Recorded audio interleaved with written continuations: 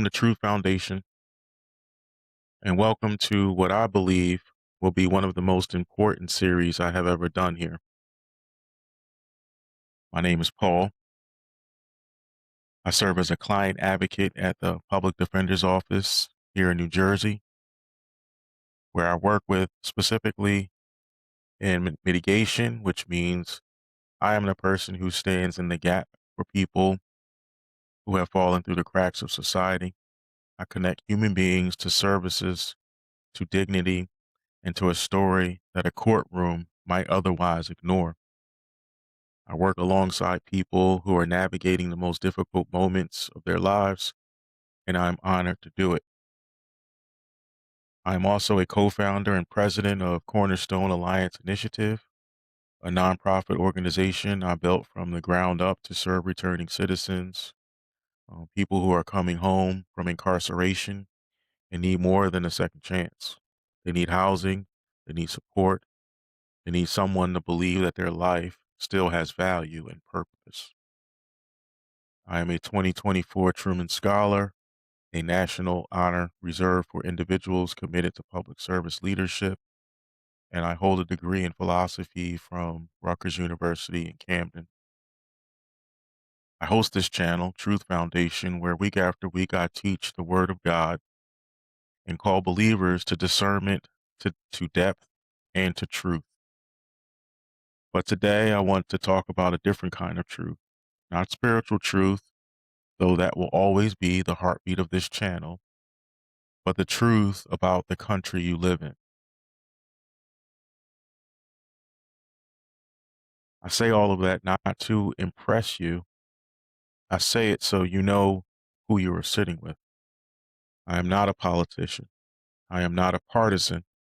I am a man who loves truth. And today in this series, I'm going to share some truth with you that I think every American deserves to hear. So if this is something you want to sit with and learn, I ask you humbly to subscribe, like, and share this so this kind of content can reach, many more people. And the goal is always to spread truth. So, help your fellow soldier, your fellow comrade spread more truth.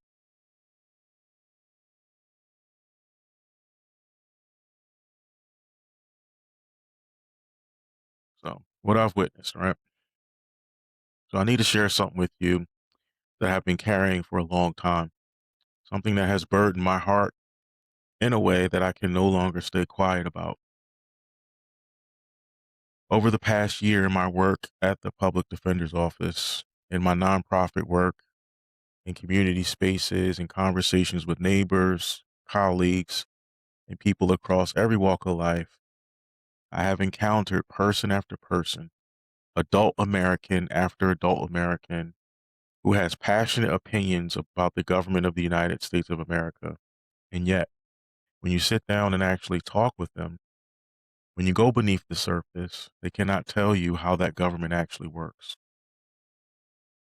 They cannot name the three branches of government. They do not know what the Constitution says, not even generally. They cannot explain the difference between a republic and a democracy.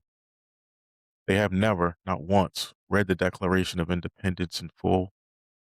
They have strong opinions about the Supreme Court, but cannot tell you what the court is actually constitutionally empowered to do.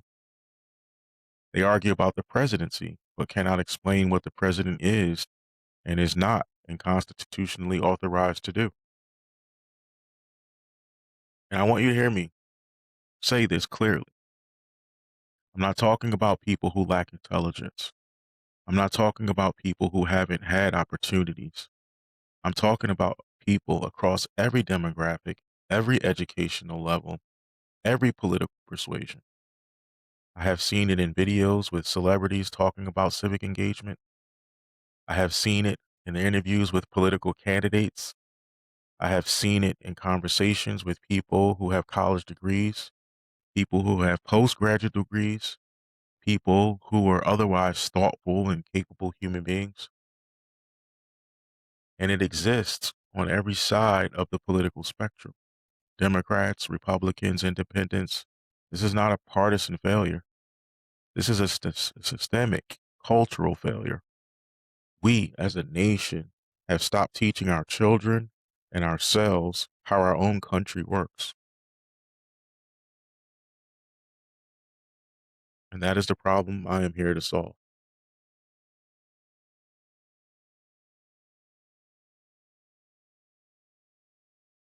Now, here's the thing that truly troubles me most, not the ignorance itself, because ignorance can always be addressed with education. What troubles me is the combination of ignorance and fierce conviction. We live in a country where people have extraordinarily strong opinions about their government.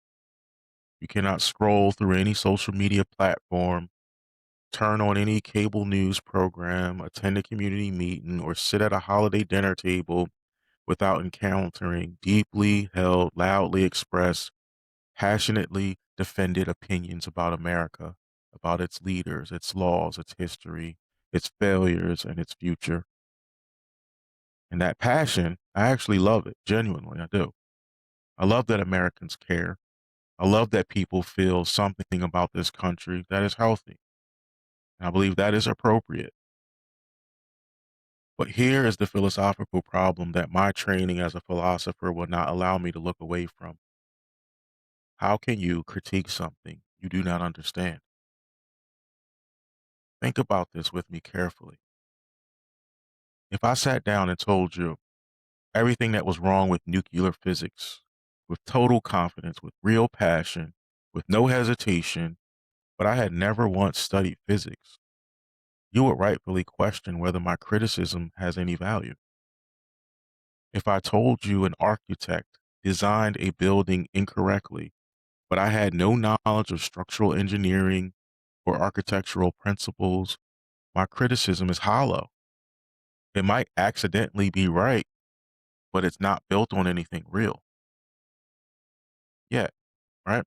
We live in an era where it has become completely normalized, celebrated, even for the people to have the loudest possible opinions about the most complex governing institutions in the modern world, the United States federal government, and to hold those opinions without ever having studied what that government actually is, how it was designed, what it was meant to do, and how far it has or has not drifted from that original design. That is a tragedy.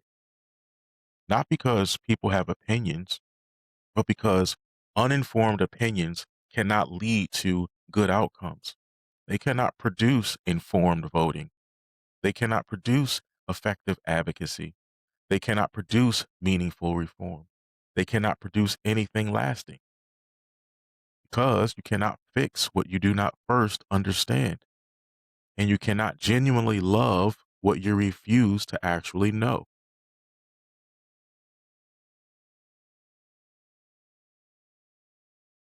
I want to be clear. This is an act of love, right? While I'm doing this. Um, so before we go one step further, I need you to understand the spirit in which this series is being offered, because spirit matters, intent matters, and I never want you to mistake what I'm doing here. This is not an act of condemnation. I'm not coming to you with arms crossed and a look of disappointment saying, how could you not know this? That would be arrogant, and that would also be hypocritical because every single one of us has gaps in our knowledge. I certainly do. The goal here is not to embarrass anyone. The goal is to learn together. And let me say this gently but directly. The reason so many Americans don't know how their government works is not primarily a failure of individual people.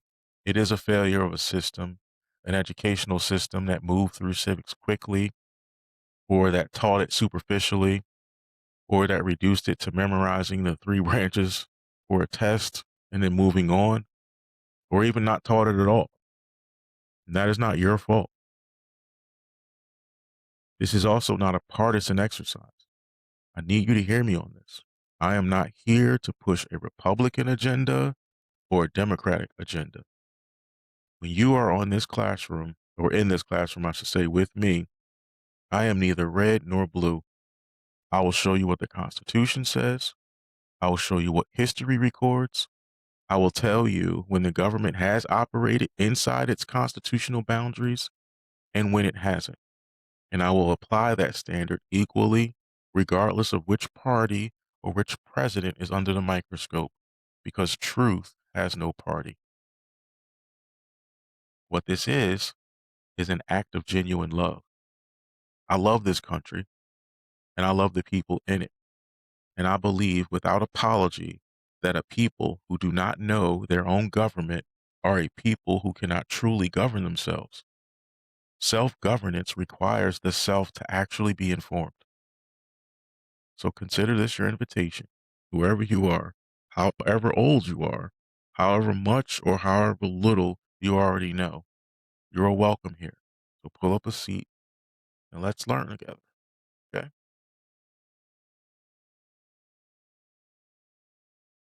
So, what this series will cover. So, here's the roadmap. Here's what we're going to build together week by week, lesson by lesson. We're going to start at the very beginning, not with the Constitution, not with the Bill of Rights, but with the idea that became America, the philosophy, the intellectual tradition, the question that a group of colonists dared to ask: what kind of nation do we actually want to be? From there, we're going to walk methodically, carefully, honestly, through the entire structure of American government.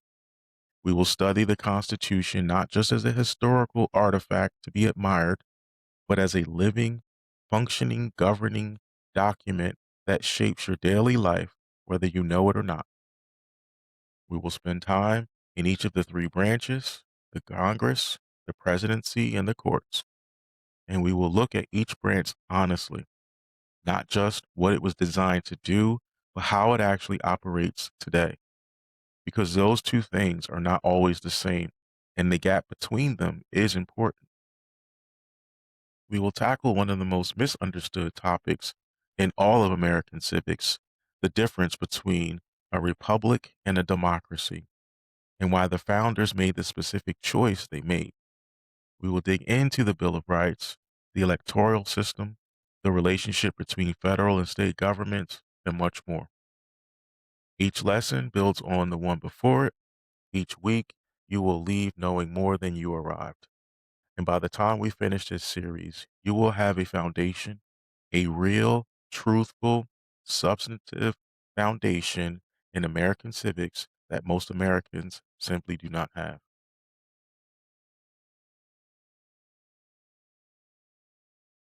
So, our goal together, I want to be specific with you about what we are building here, because vague goals produce vague results.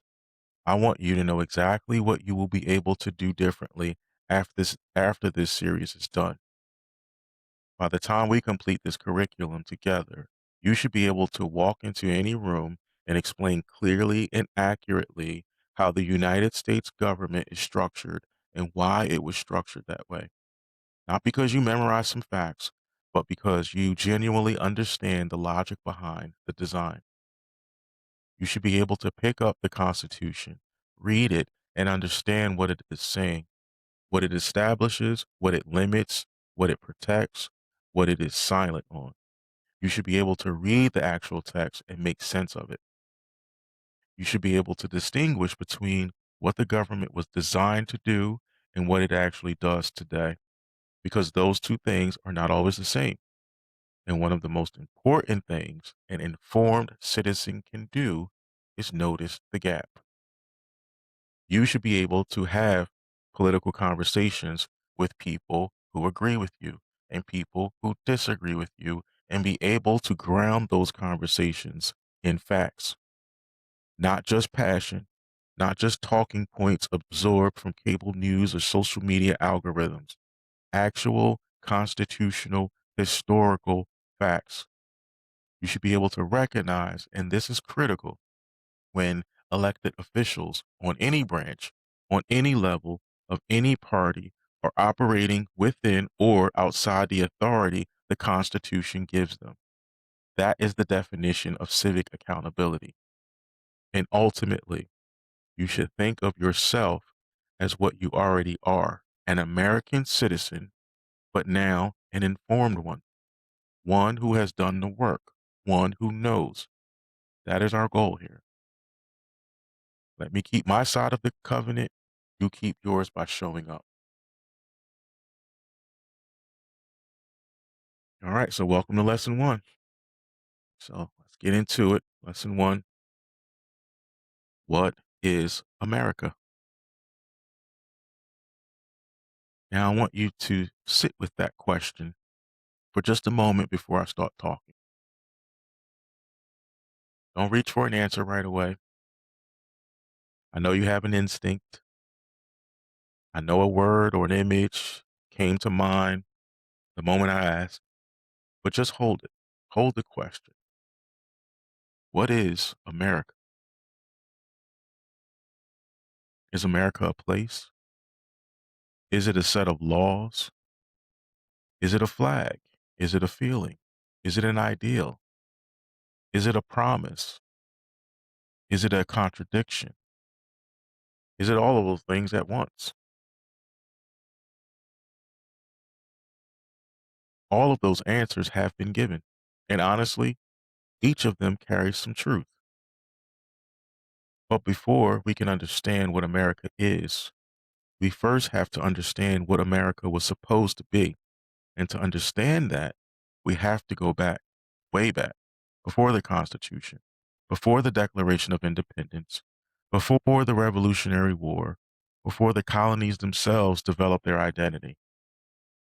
We have to go back to the world that gave birth to the idea of America, because this is the truth that will frame everything we learn in this series. America was not first a country. America was first an idea. And that idea came from somewhere specific. It came from a set of questions that human beings had been asking for centuries, burning, dangerous, world altering questions about power, freedom, human dignity, and the very nature of government itself. So let's find out where it all began.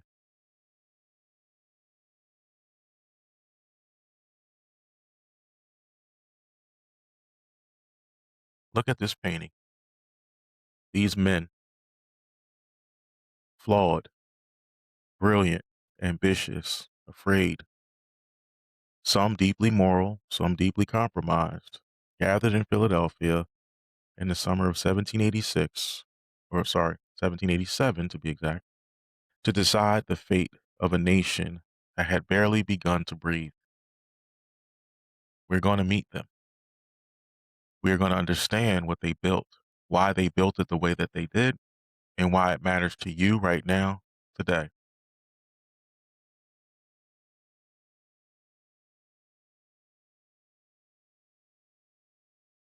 So, before America could be reborn as a nation, it had to be reborn as an idea.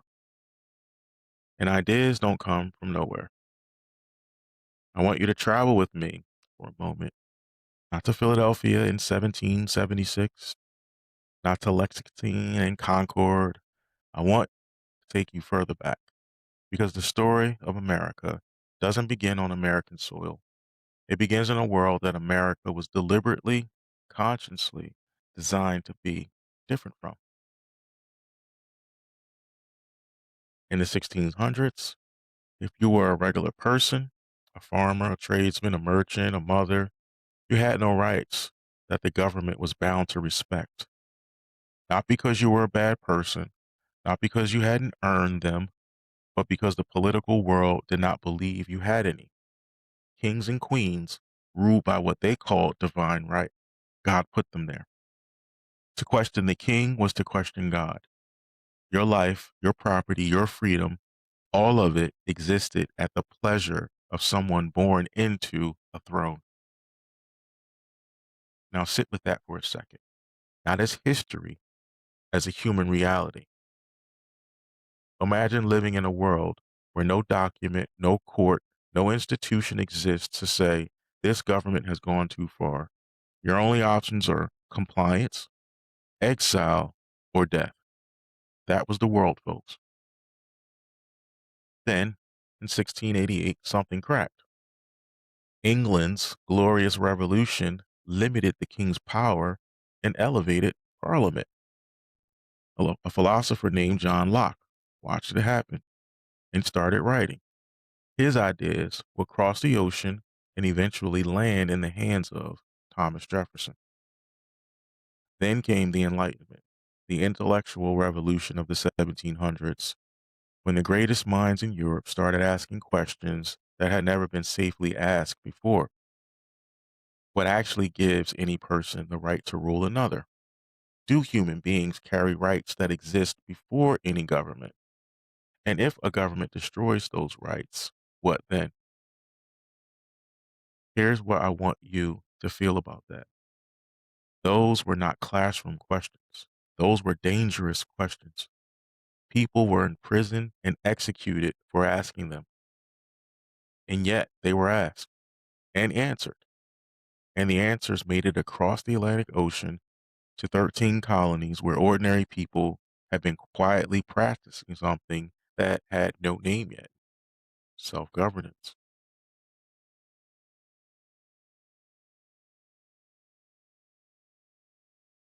Here's something that blows my mind every time I sit with it. The American Revolution, before it was a war, before a single shot was fired, was an intellectual revolution. The founders didn't just pick up guns, they picked up books. And three thinkers in particular gave them the philosophical ammunition that no musket could have provided. John Locke, I need you to understand how much this man's thinking is embedded in your everyday life as an American, whether you've ever heard his name or not.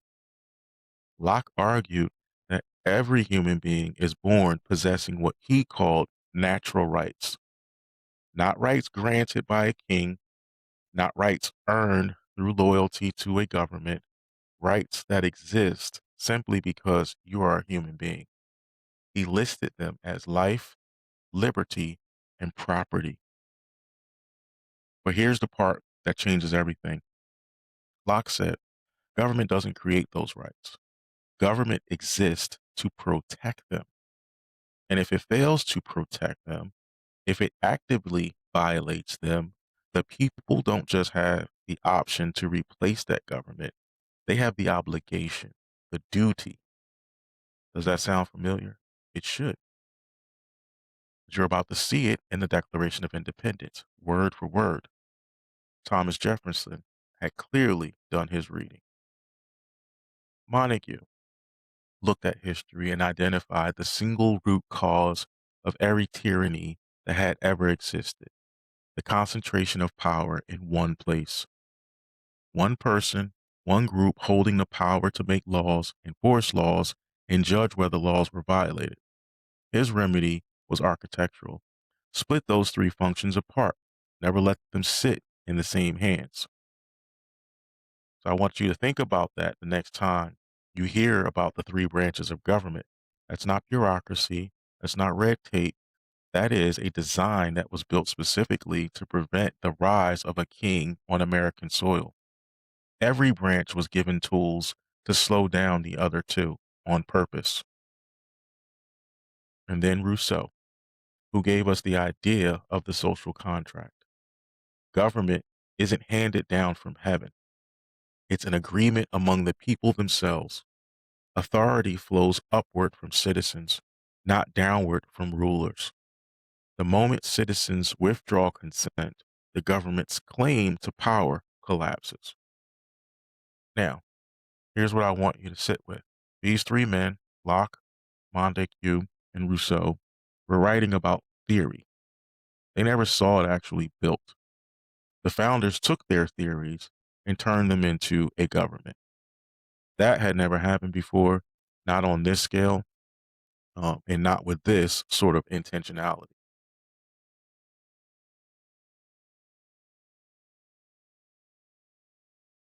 So here's something that almost never gets taught in the standard civics lesson. And I think its absence is part of why so many people misunderstand what the revolution was actually about. When the colonists decided to break from Britain, they were not people who had never tasted freedom. They were not starting from zero.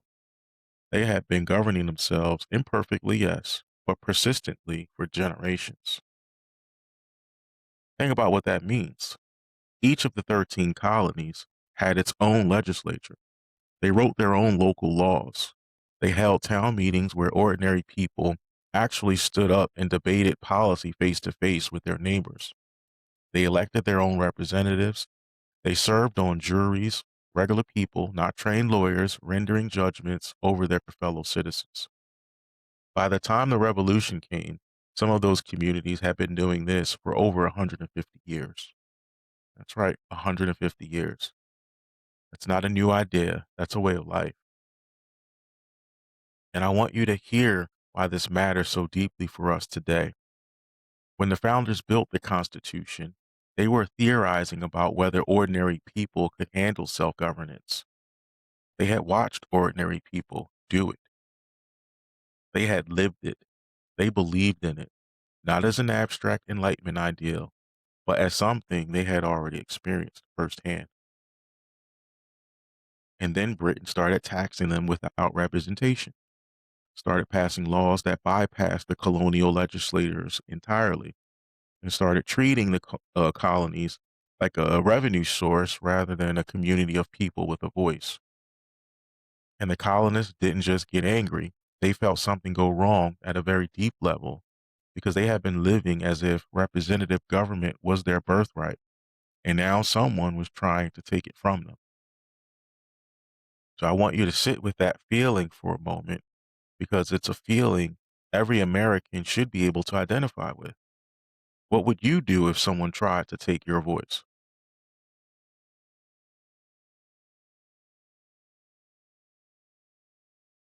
So look at the document on the right side of your screen.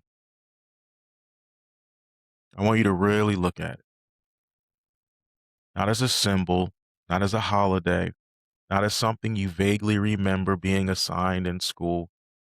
Look at it as what it is, a piece of paper that changed the course of human history. The Declaration of Independence, July 4th, 1776. Now, before we go one word further, I need you to understand something that most people miss, including many people who can quote from the Declaration by memory. The Declaration of Independence is not the document that established the American government. I know that might sound strange, so let me say it plainly. The Declaration did not create Congress, it did not create the Supreme Court, it did not create the presidency, it didn't set up a single branch of government. If you woke up tomorrow and the Constitution disappeared, the Declaration could not run the country for one day. So, what does it do? It answers the questions that had to come before any of those things. Why should America exist at all? Think of it like this: before you build a house, you need to decide why you're building it, for whom, on what foundation. The Declaration is that conversation. It is America's philosophical mission statement, the moral case that the nation deserved to exist and that the people in it deserve to govern themselves. Thomas Jefferson wrote the first draft. He was 33 years old. 33. And then the sharpest minds of the founding era, Franklin, Adams, the full Continental Congress, edited, argued, cut, and redefined it under conditions of extraordinary pressure. These men were committing what the British Crown considered treason. They were signing their names to their own potential execution orders. And what they produced was a claim so audacious, so revolutionary, that the British Parliament reportedly laughed when they heard it. We're about to look at it word by word.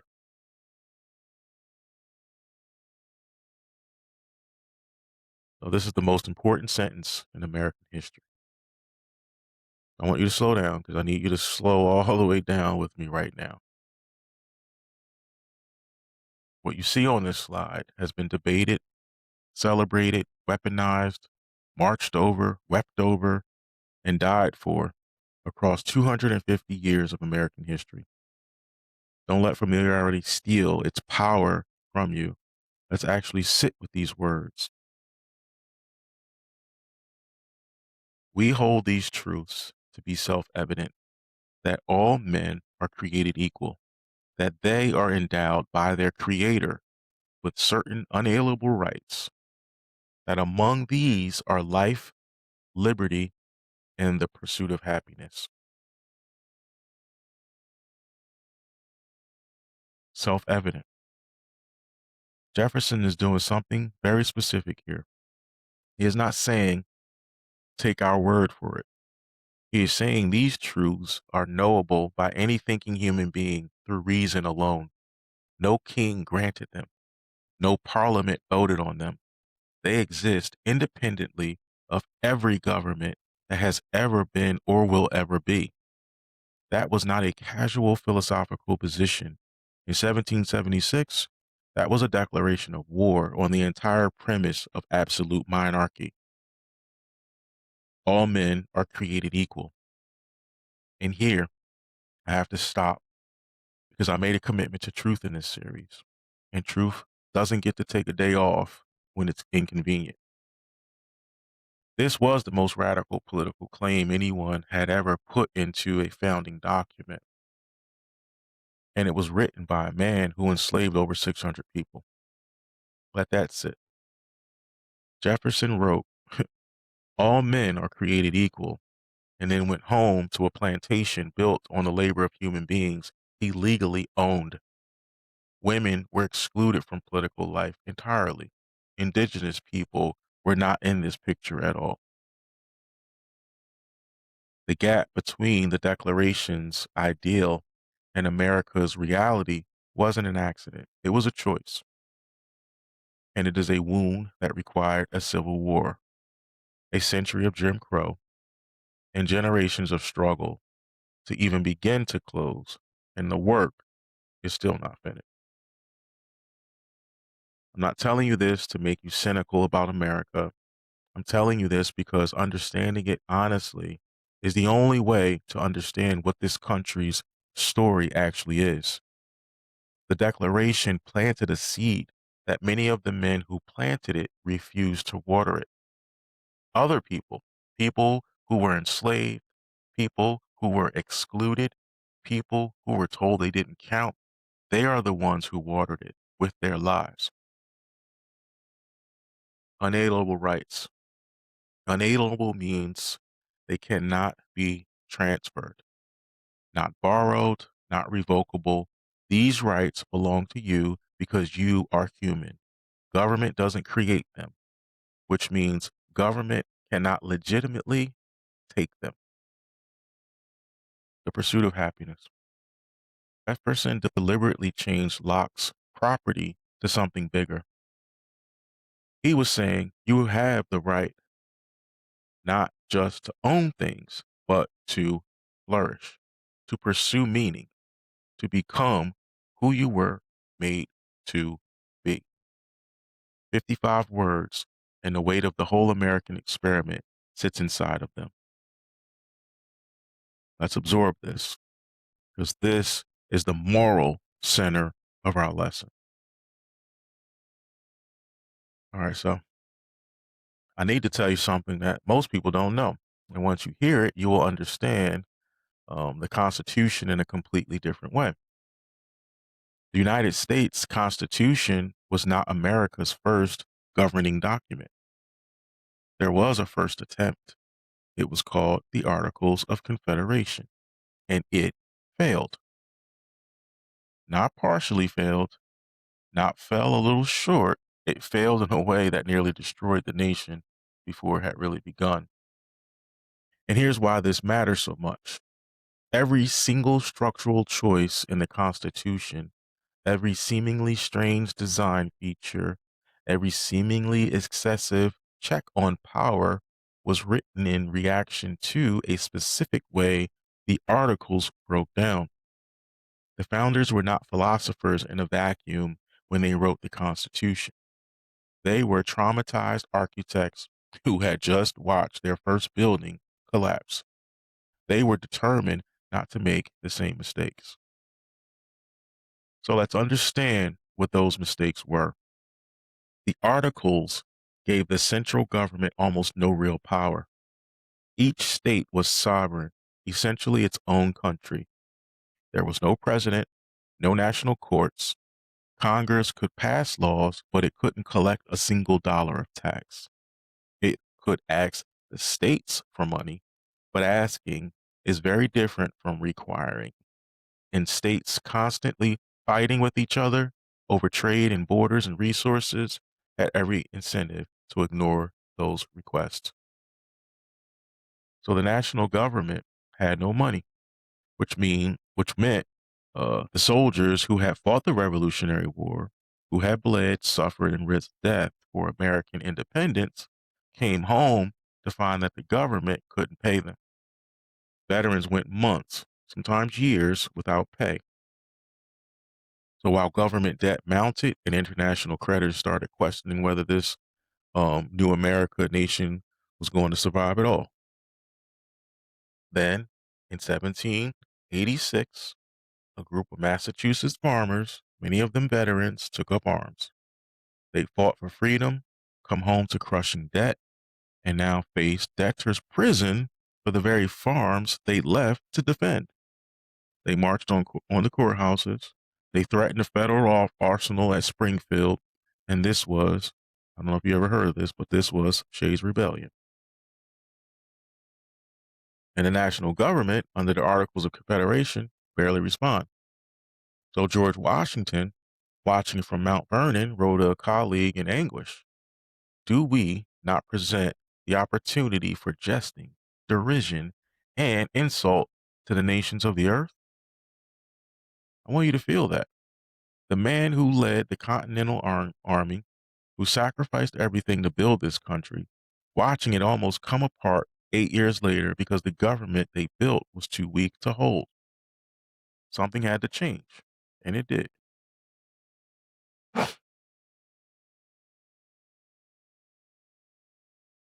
And so they gathered. Philadelphia, Independence Hall, the same building where the Declaration of Independence had been signed 11 years earlier, May of 1787, and they would not leave until September. I want you to picture this room. It is summer in Philadelphia. It is brutally hot. And these men, 55 of them from 12 states, have closed the windows on purpose in the heat. Why? Secrecy. They were afraid that if the debates got out in real time, the whole project would collapse before it could be completed. The press was kept out, guards were posted at the doors. What happened inside Independence Hall that summer was not known in full detail to the public for decades. Now, I need to tell you something important about these men, and I need you to hear it without either idealizing them or dismissing them. They were brilliant and they were flawed, sometimes deeply. They were lawyers, farmers, war veterans, merchants, and plantation owners. They had risked their lives for independence. They had read more philosophy and political theory than most people alive today will ever encounter. And many of them, including some of the most gifted minds in the room, were slaveholders who refused to extend the freedoms they were designing to the people they own.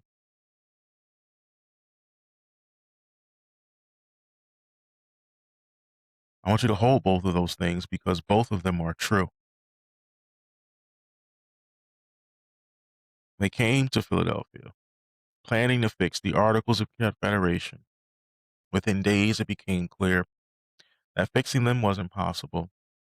What was broken had to be replaced. So they built something new. The debates were fierce. How should Congress be structured? Large states wanted representation by population, which would give them more power. Small states demanded equal representation regardless of size. The compromise, which we still live with today, gave us two chambers: a House where population determined representation, and a Senate where every state, regardless of size, gets exactly two votes. How powerful should the president be? Some delegates genuinely feared they were designing a new king. That fear shaped everything. And then there was slavery. Rather than abolish it, which some delegates argued for passionately, the convention made a compromise that history would judge very harshly. Enslaved people will be counted as three-fifths of a person for purposes of representation, not granted rights, not recognized as full human beings, used as a mathematical tool to give slaves states more seats in Congress. I will not soften that. It was a moral failure at the foundation of the document. But in September, they finished. And what they produced, imperfect, compromised, written in the shadow of an institution that contradicted its every principle, would nonetheless become the most enduring written constitution in human history.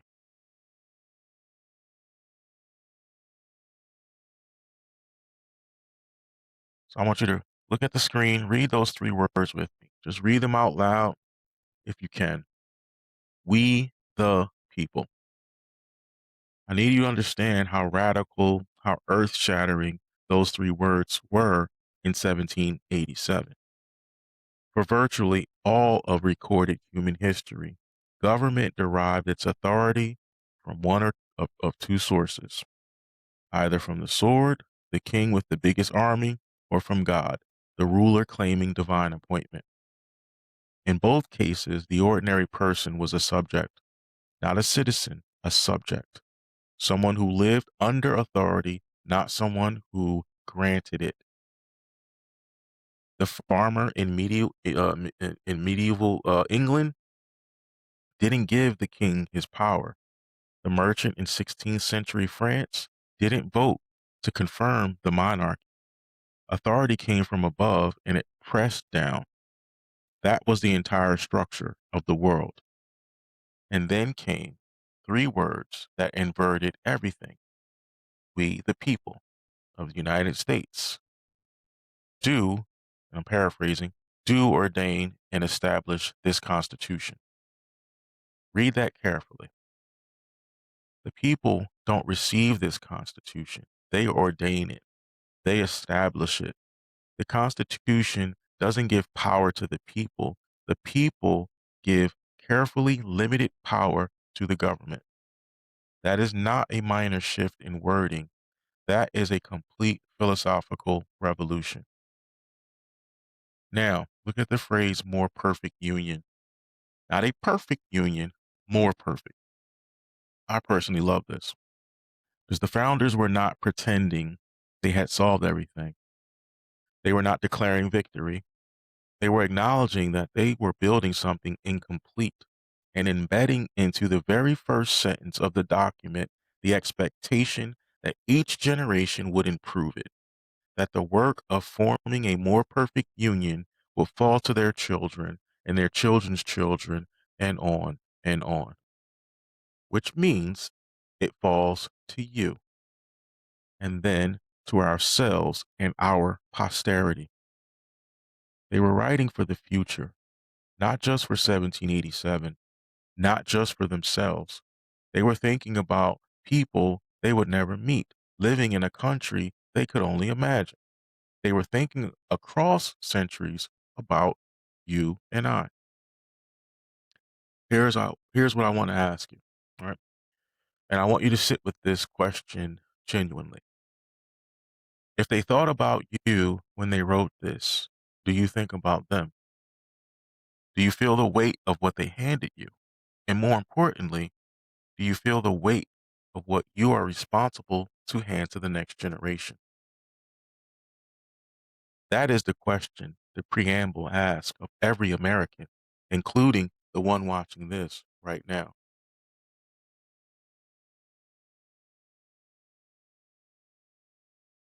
want you to let this breathe. This is the spiritual and civic center of the lesson.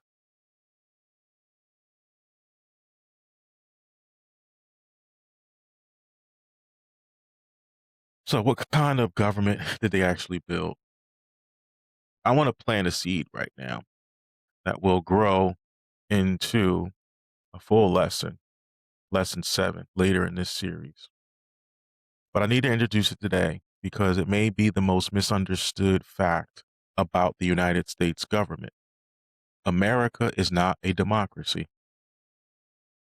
I'll say that again slowly because I know some of you just react. The United States of America is not a pure democracy. It is a constitutional republic. And the difference between those two things is not a matter of semantics. It is the entire architectural design of American freedom. And let me walk you through it. In a pure democracy, every citizen votes directly on every law and every policy. Whatever the majority decides happens, no exceptions. If 51% vote to do something to the other 49%, that is perfectly legal. The minority has no protection. Majority rules always under that system. The founders studied this model and it terrified them. They looked at the ancient Athenian democracy, celebrated as the birthplace of democratic ideals, and they saw what it had also done. The Athenians voted by popular majority to execute Socrates, the greatest philosopher of the ancient world, put to death by a mob that didn't like what he was saying. John Adams later wrote that democracy never lasts long and that it wastes, exhausts, and murders itself. So instead, they built a constitutional republic. In a republic, citizens elect representatives who make decisions on their behalf. But here's the critical part that most people missed. Those representatives are constrained by a supreme law, the Constitution. Even if every single elected official agrees on something, even if an overwhelming majority of citizens want it, if the Constitution says the government cannot do it, the government cannot do it. That is why individual rights are not subject to popular vote. Your freedom of speech, your right to practice your faith, your protection from unreasonable search, these are not things a temporary majority can vote away. The Constitution shields them. Now, here is the question I want you to take away from this slide. If the Constitution protects your rights, even when you're in the minority, do you know what it says? Do you know which right is actually guaranteed? Do you know what it permits your government to do and what it absolutely forbids? Because the protection only works if the people living under it actually know it's there.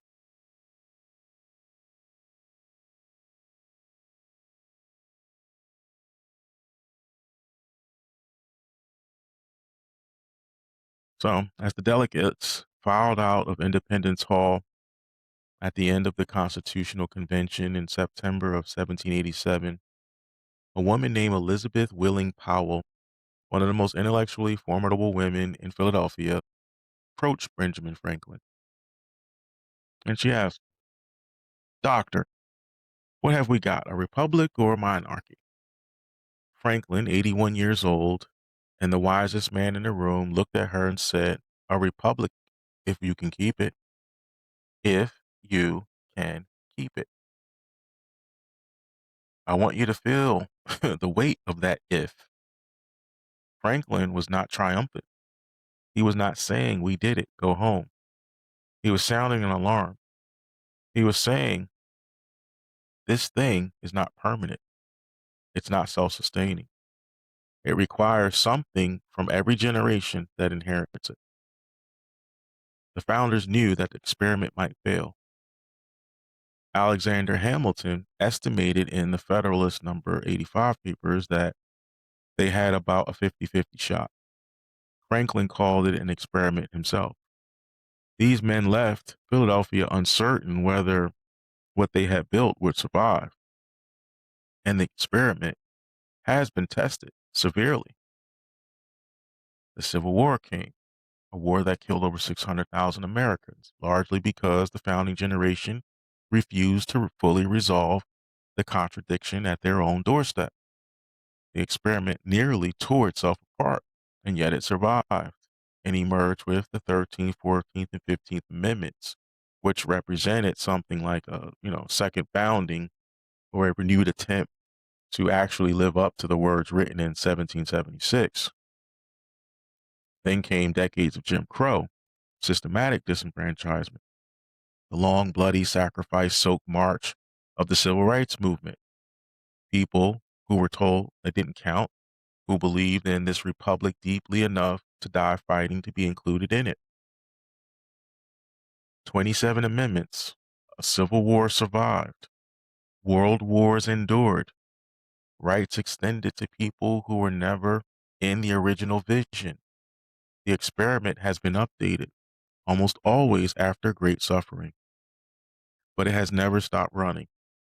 And right now, in 2026, it lands in our hands. Franklin's question is not a history question. It is a present tense question. It is being asked of you. Are you going to keep it? Are you going to do the work of understanding it, defending it, improving it, and handing it forward? Because an uninformed citizenry cannot keep a republic. A disengaged people cannot keep a republic. People who don't know how their government works cannot protect it from those who abuse it. This is why we are here. And this is why this series exists.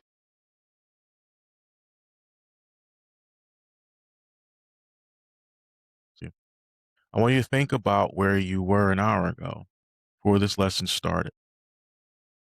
Think about what you knew or thought you knew about the founding of this country. And now look at what you know now.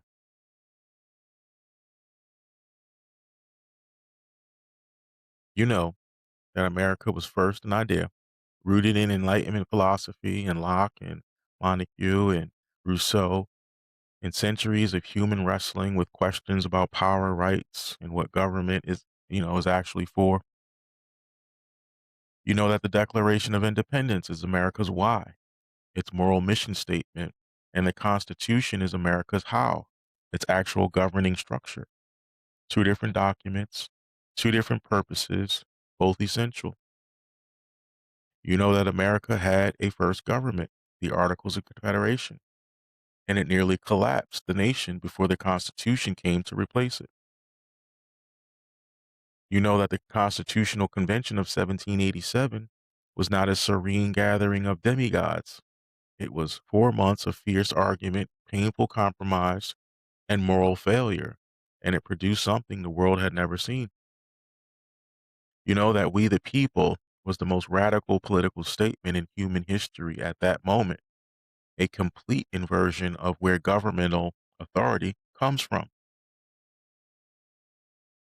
And you know that this country is not a pure democracy.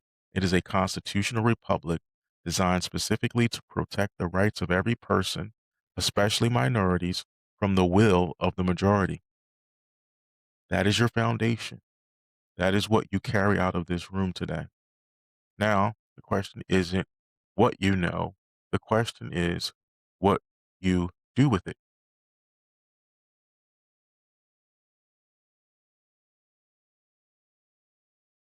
So coming next week we'll go deeper. In lesson 2, we open the Constitution itself. We'll walk through its 7 articles one by one and examine what this document actually says, not as a symbol, not as a distant historical artifact, but as a living legal text that governs your life right now. We'll trace how the separation of powers actually appears in the constitutional language. We'll unpack checks and balances, what they are, how they work, and why the founders considered them the most essential safeguards against tyranny they could design. And I'll show you something that genuinely surprises people, what the Constitution is deliberately, famously silent on, and why that silence is as important as anything it says. So, if today gave you the soil, next week we plant the tree.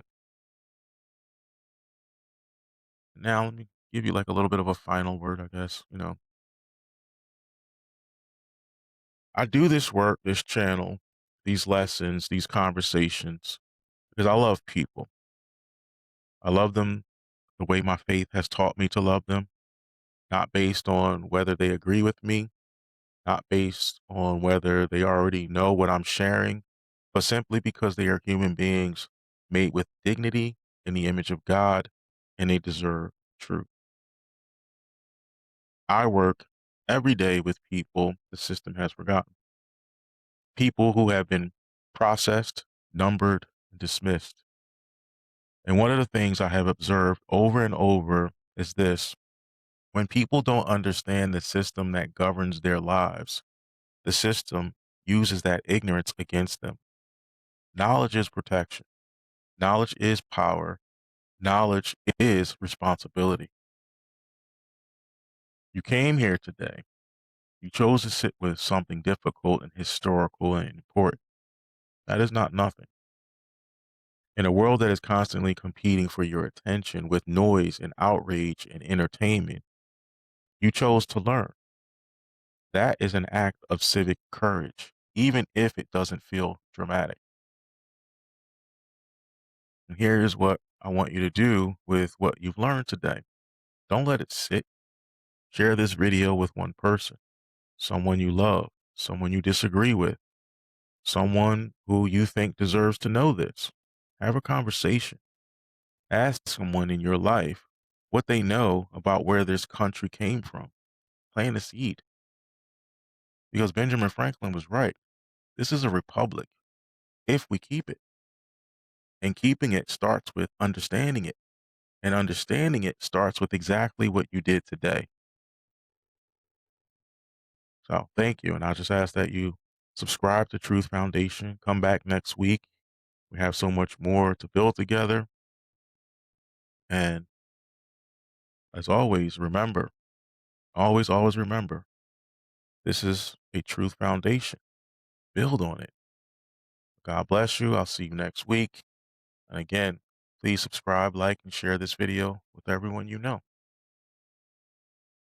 Thank you.